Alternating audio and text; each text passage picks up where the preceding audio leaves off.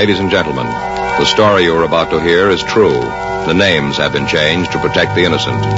Dragnet is brought to you by Chesterfield, made by Liggett & Myers, first major tobacco company to give you a complete line of quality cigarettes.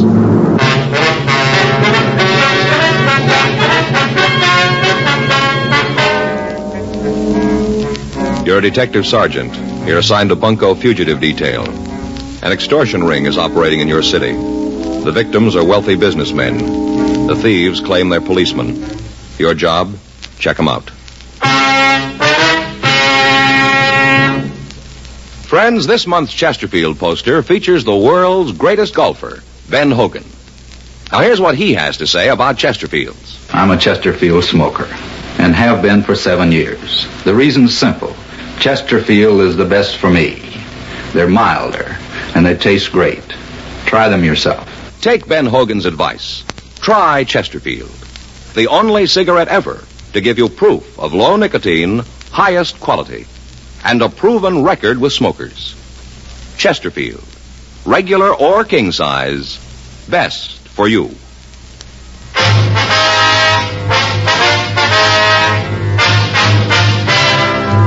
Dragnet, the documented drama of an actual crime. For the next 30 minutes, in cooperation with the Los Angeles Police Department, you will travel step by step on the side of the law through an actual case transcribed from official police files. From beginning to end, from crime to punishment, Dragnet is the story of your police force in action.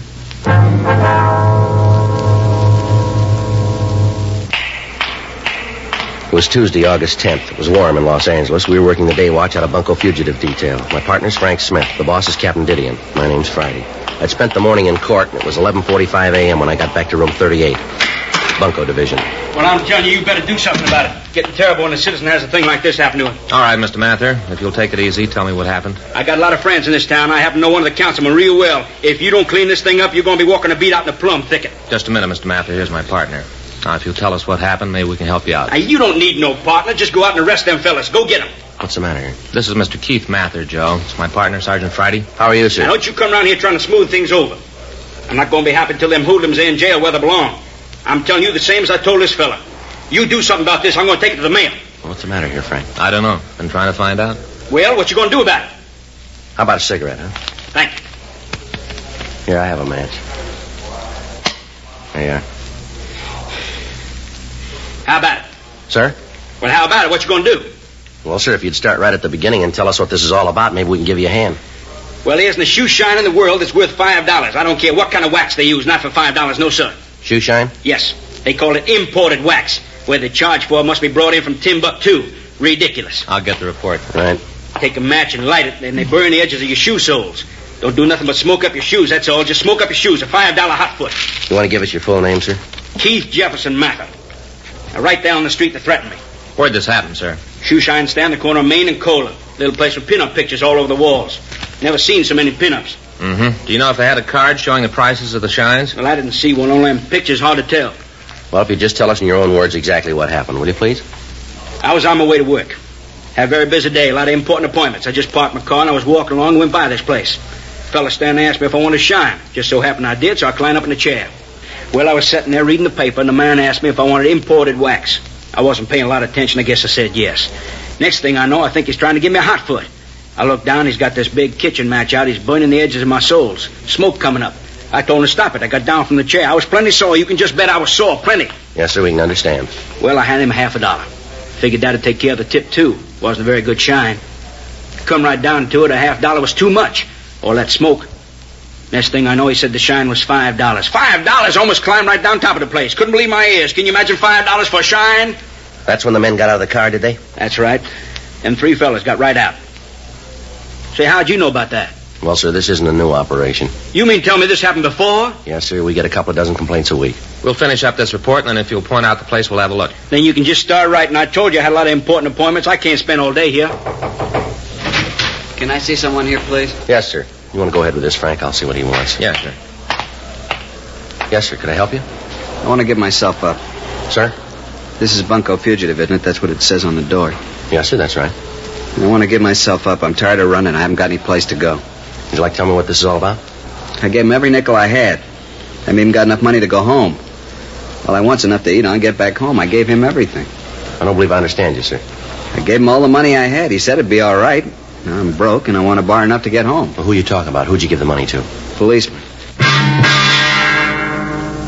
The man who'd walked into the office identified himself as Martin Dietrich. From the story he gave us, it appeared that he'd been the victim of a shakedown by a person or persons representing themselves as police officers. We turned the shoeshine parlor complaint over to one of the other officers for investigation, and then we took Dietrich across the street to the Federal Cafe.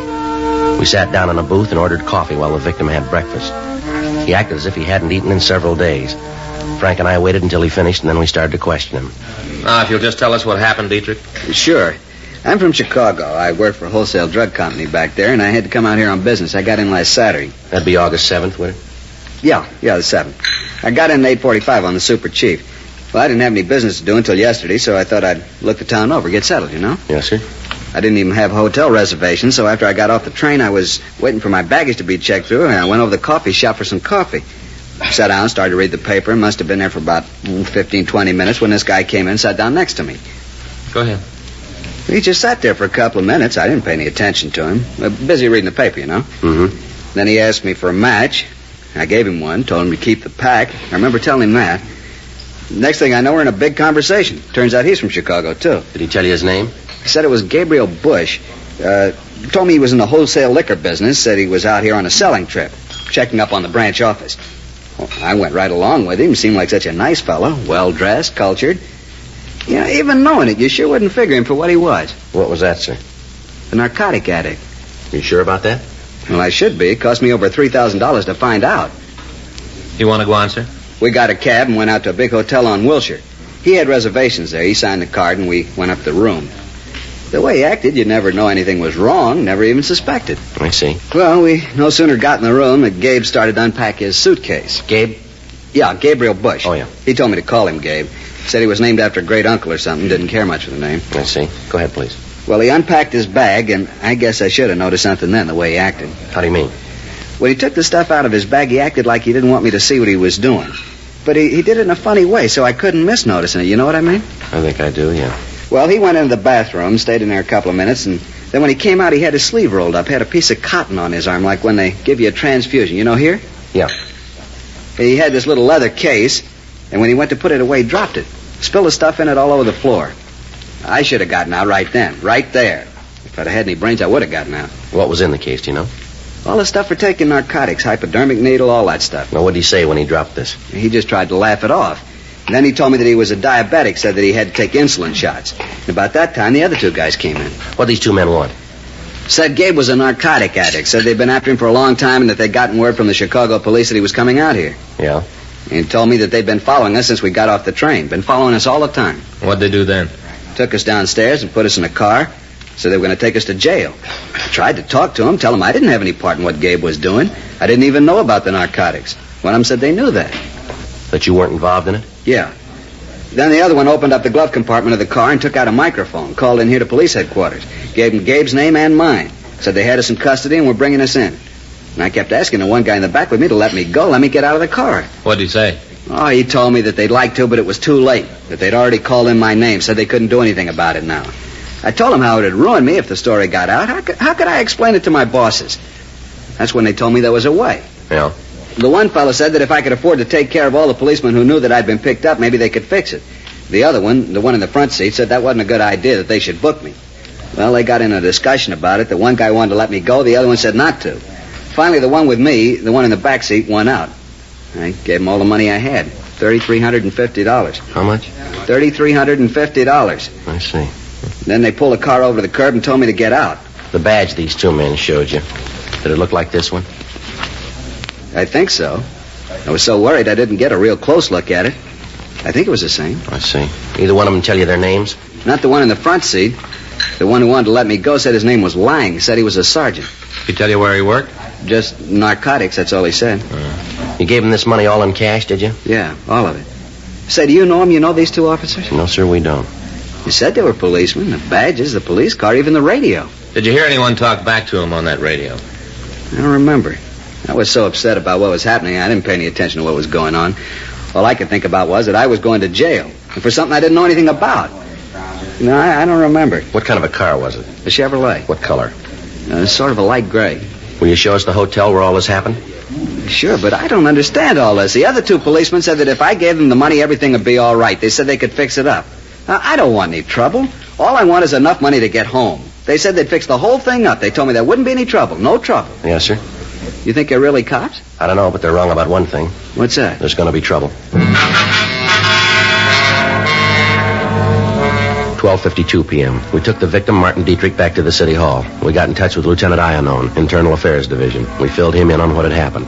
He started an immediate check of all police officers in the city and the county. Working from the description we'd gotten from the victim, we notified the narcotics detail, and they went to work on it. A local and an APB were gotten out on the suspects. We checked the name Gabriel Bush through R&I, but when the mug shots from the packages that we came up with were shown to Dietrich, he was unable to give us an identification. 3:15 p.m. We drove the victim out to the hotel where he told us the shakedown had occurred. In the company of the manager, we went upstairs. Come right in. This is the room. How about it, Dietrich? Yeah, this is where he brought me. Mr. Alden, do you know anything about the man who took this room? You mean Mr. Bush? Yes, sir. No, I don't. I do remember when he came in, registered with this gentleman here. Had a reservation. I had the boy bring him up to the room. Yes, sir.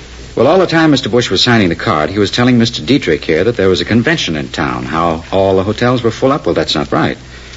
We haven't had a really big convention in a couple of months.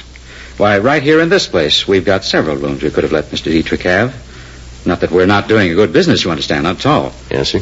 But we do have a few very nice rooms. Have you ever seen this Mr. Bush before? No, I don't think I ever have. All right, sir. If we could take a look at the registration card, and then we'd like to talk to the cashier. Sure. Do you know if their bill was paid when they checked out? I imagine so. I don't collect the money. Cashier does that. We can ask her. All right, sir. You think you might get a clue from her? Well, we'd like to talk to her if we could. She won't be able to tell you anything that I haven't filled you in on already. Sir? Well, it follows. I'm the manager here. Anything goes on, I'm going to know about it. Not only that, but I've worked a lot with our security officer. How's that, sir? House detective. Oh, yeah. Oh, yes, I help him out all the time. People are always trying to get away with hotel property, but we stop them. Come right down to it, I could almost be a policeman myself. All I need is a badge and a gun. Afraid you're a little wrong there, mister. Just a badge and a gun. They don't make you a cop.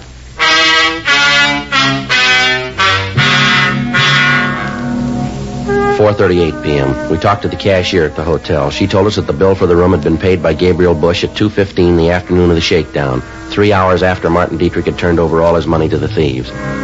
She told us that the bill had been paid with cash and that she could give us no further information on the man. We obtained the registration card the suspect had signed when he checked into the hotel. In the usual processing of the card by hotel employees, it had been handled so much that lifting fingerprints from it was impossible. The card was turned over to Don Myers in handwriting to be checked. 5:20 p.m. The victim started to look through the photographs of police officers. Lieutenant Iannone's preliminary investigation had failed to turn up any police officers who matched the description of the shakedown men. A check with the officers from narcotics detail netted us nothing. They were still checking their sources of information to help us in coming up with a lead. 11:16 p.m. We took the victim out for dinner, and then we came back to the city hall and continued to go through the pictures. At 1:26 a.m., he finished the last book without finding the men who'd claimed that they were police officers. We checked out of the office, and Dietrich spent the night at Frank's house. The following morning, Wednesday, August 11th, 8:04 a.m., Frank and I met with Captain Didion in his office. Well, where are you on it? Not too far, Skipper. What have you got? Well, we checked the files. We're pretty sure that they aren't policemen. How about narcotics? They come up with anything? Not yet. They're still working on it. You need any extra men? No, not right now. We might later. I got Johnny DeBetta standing by. You can use anybody else you need, but clean this thing up. Where do you go from here? Well, we're getting descriptions out to all the hotels, warning them about the racket, asking them to call us if this Bush guy registers again. Doesn't seem like he'll use the same name again. No reason not to, Skipper. He doesn't know we're onto him. I suppose so. I got an idea last night. Might work. At least it'd be something to start on. All right. Well, it figures that the only men who'll go for this dodge have got responsible positions in their hometowns. If they didn't have, they wouldn't care about being brought down here along with Bush. Is that right? Yeah, that follows. They got to be from out of town so the con men can get rid of them fast. Yeah. Now, this Dietrich, he was picked up in the Union Station, right? Yeah, that's right. And if you're going to pick your men up, that's the place to do it. Try to nail them while they're setting the mark. Yeah, it might work. Be better if one of us was the mark, though. That's what I had in mind. You got any good luggage, Joe? Expensive looking? Well, I got a set my mother gave me last Christmas. Looks pretty good to me. Well, we'll try it then. Smith, you'll work with DeBetta. Keep a tail on Friday from the time he gets into Union Depot. Joe. Yeah. Here's a timetable.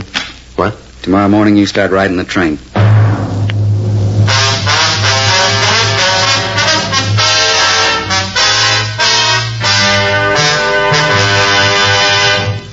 You are listening to Dragnet, the authentic story of your police force in action. It's taking place at your dealers, cigarette dealers, coast to coast. Smokers by the thousands are now changing to Chesterfield.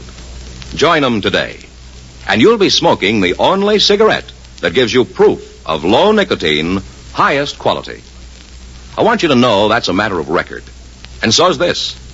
As I've been telling you, Chesterfield is the only cigarette with this proven record with smokers. No adverse effects to the nose, throat, and sinuses from smoking Chesterfields. Good reasons why you should change to Chesterfield? You bet. Ask for Chesterfield. Regular or king size, best for you.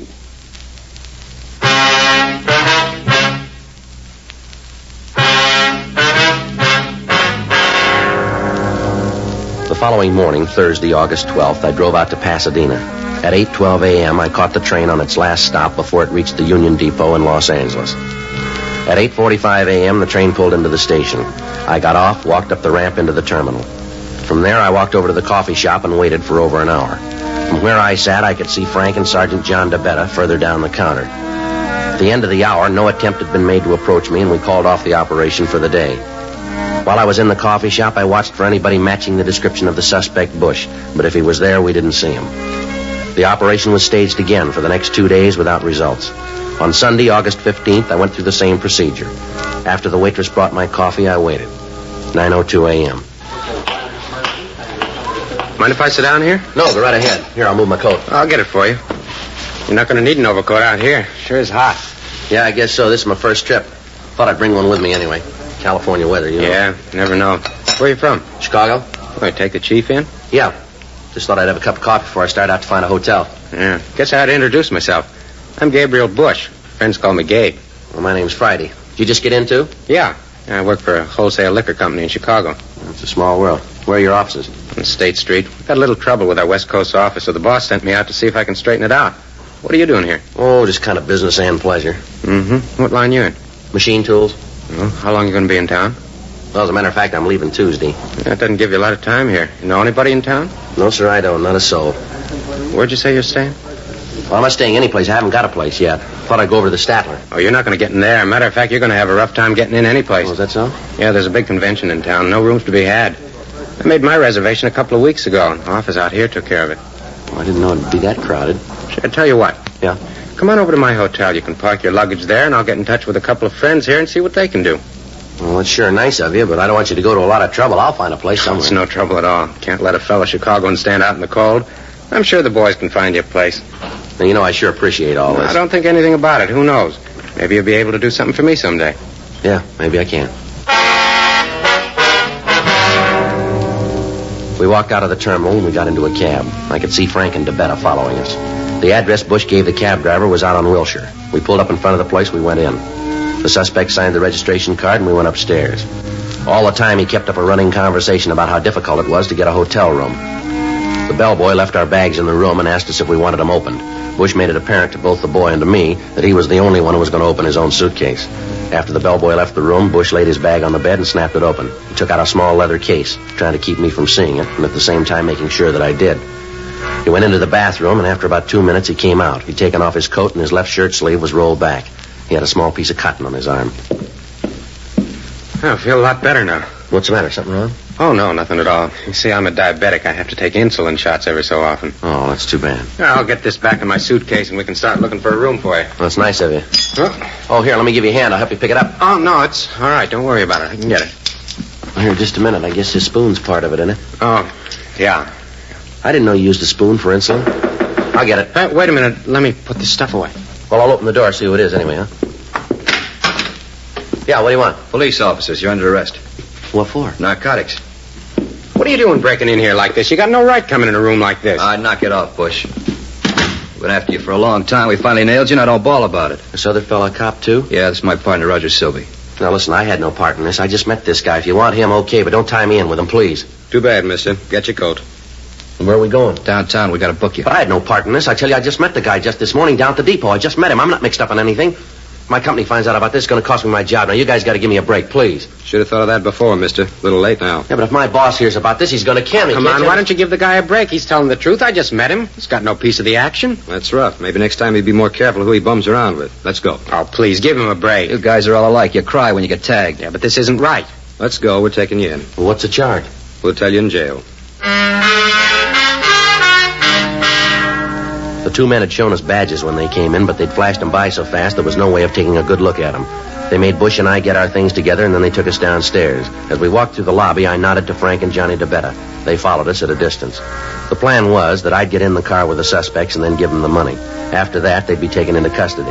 Until they'd actually taken the money, all we could prosecute them on was a charge of impersonating an officer. Once the currency was in their possession, we could prove extortion, a felony. After we left the hotel, we walked up Wilshire Boulevard and we stopped by a gray Chevrolet. All right, get in. Is this a police car? That's right. I'll take this one in front with me. Okay. All right, get in. You're making a mistake. We'll let the judge worry about that. I'll call in and tell him we're coming in. Right. This is car 12-7, car 12-7. We have two prisoners in custody. We're taking them downtown for booking. Repeat, we have two prisoners in custody. We're taking them downtown for booking. All right, just sit back, mister. You got a long ride. What are they going to do to me? We just book you. After that, it's up to the court. Yeah, but they're going to let me go, aren't they? I don't know. They got a big drive on now about narcotics. Court's getting pretty rough. Had a guy up just last week. They caught him in a car with another fellow who was smoking marijuana. This one guy didn't even know it was tea. They really nailed him. Hey, how long did they give Jensen? You mean on that T-rap last week? Yeah. 5 years. Hey, you see, they're really getting rough. Yeah, but you know I didn't have anything to do with this. You said that yourself. You know that. Listen, isn't there some way? There's got to be a way. I don't know. We don't like to see guys like you nailed, but the pressure's on us, too. We'd like to just let you out of the car, forget we ever saw you. We can't do it. Why not? Why can't you? Too many people know we picked you up. Well, who? Who knows it? Well, our office, for one. As soon as we spotted you and Bush at the hotel, we called them. Told them we were going to take you into custody. My partner just called in and told them we had you. People on the radio know it. Must be a couple of dozen. No, I'm sorry. There's nothing we can do. Sorry. It's a lousy deal. It's going to ruin me. You guys know that. I'll lose my job. I'll be through. I don't know. We'd like to help you out, but you can see there just isn't any way. But there's got to be. Selby? Yeah? How about it? Can't we just let him out? You tell me how we're going to get away with it. How are we going to explain when he isn't there to be booked? Oh, look, he's a nice guy. I don't want to see him get into trouble for something he didn't do. Neither do I, but how do you figure to square it? Well, you're bright, Cox. Come on, give the guy a break. Suppose we could take care of the watch, Commander. Maybe he'd forget we called in. Taking care of him is expensive. Yeah. How much money you got on you? Well, about $2,500. It's not too much. Can you raise any more? No, not without sending home. I can't do that. How about it, Sylvie? $2,500 enough? Won't go very far. A lot of people to take care of. That's all he's got. Ain't enough. Let's book him. Oh, come on. We've been riding together a long time, Sylvie. This is the lousiest deal we've ever had to pull. We take the $2,500 and explain it to the commander. It'll work. Come on, let's give the guy a chance. If it goes wrong, it's on your neck. All right. I'll take the beef. Okay, shove him out. We got to take Bush in, though. All right. Come on, give me the money. Sure. Here you are. It's all there. Okay. Sylvie? Pull over. Let's let him out. Where are we? 4th and Spring. Would you mind dropping me off a couple of blocks up the street? This isn't a taxi service, mister. You're coming out of this smelling like a rose. Don't press your luck. No, just a couple of blocks up there near First. Why, what's over there? City Hall. You're under arrest.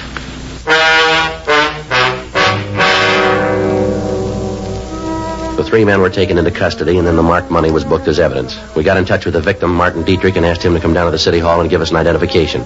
He looked at the suspects and then stated positively that they were the men who'd shaken him down. That's them. He'll sign a complaint? You bet I will. I want to see him get theirs. Oh, it's all a beef, little con game, that's all. So we took the mark. Shut up, Lang. They still got to prove it. That ain't going to be hard with the help your friend Gabe handed out to them. Imagine being so dumb you pick a cop as a mark. You know, both of you went along with it. Oh, you're dumb, Gabe. Face it. All right, let's go. Come on, mister. Don't give me no orders, cop.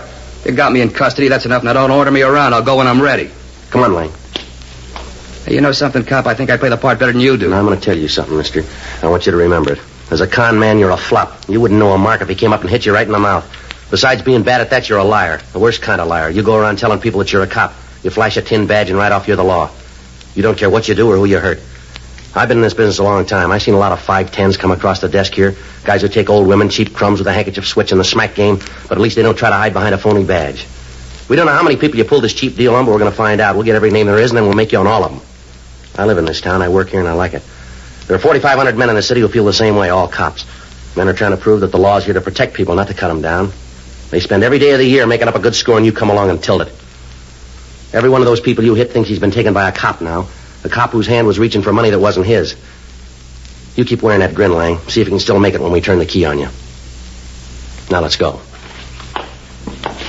You want to take him outside, Frank? I'll be right with you. Yeah, come on.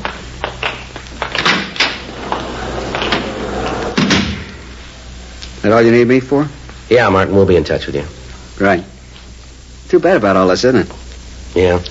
All those people that bunch took, they're always going to think those guys were real cops.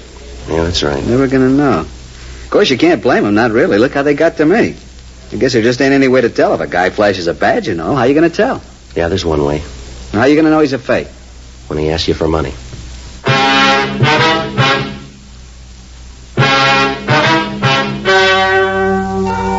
The story you have just heard is true. The names were changed to protect the innocent. On December 17th, trial was held in Department 92, Superior Court of the State of California, in and for the County of Los Angeles. In a moment, the results of that trial. Now, here is our star, Jack Webb. Thank you, George Fenneman. Friends, we'd like to express our appreciation to all of you who've made our Dragnet theme song so popular. Whenever or wherever you hear it, we hope it'll remind you to try our Chesterfields, to join the thousands who are changing to Chesterfields and getting the one cigarette that's low in nicotine, highest in quality. Chesterfield, best for me, best for you.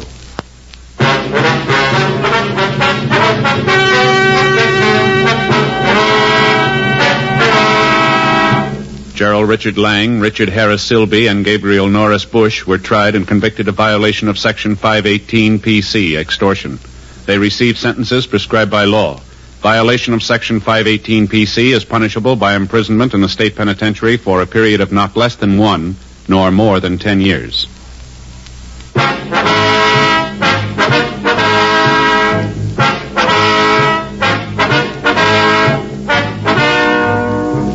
You have just heard Dragnet, a series of authentic cases from official files. Technical advice comes from the Office of Chief of Police W.H. Parker, Los Angeles Police Department. Technical advisors, Captain Jack Donahoe, Sergeant Marty Wynn, Sergeant Vance Brasher. Heard tonight were Ben Alexander, Vic Perrin, Herb Ellis, Paul Richards. Script by John Robinson. Music by Walter Schumann. Hal Gibney speaking. Watch an entirely new Dragnet case history each week on your local NBC television station. Please check your newspapers for the day and time. Chesterfield has brought you Dragnet, transcribed from Los Angeles.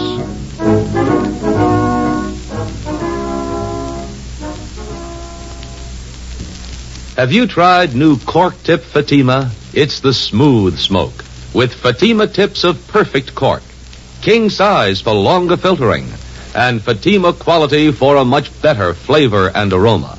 Fatima is made and guaranteed by Liggett & Myers Tobacco Company. Try Fatima today. Hear Frank Sinatra as Rocky Fortune tonight on the NBC Radio Network.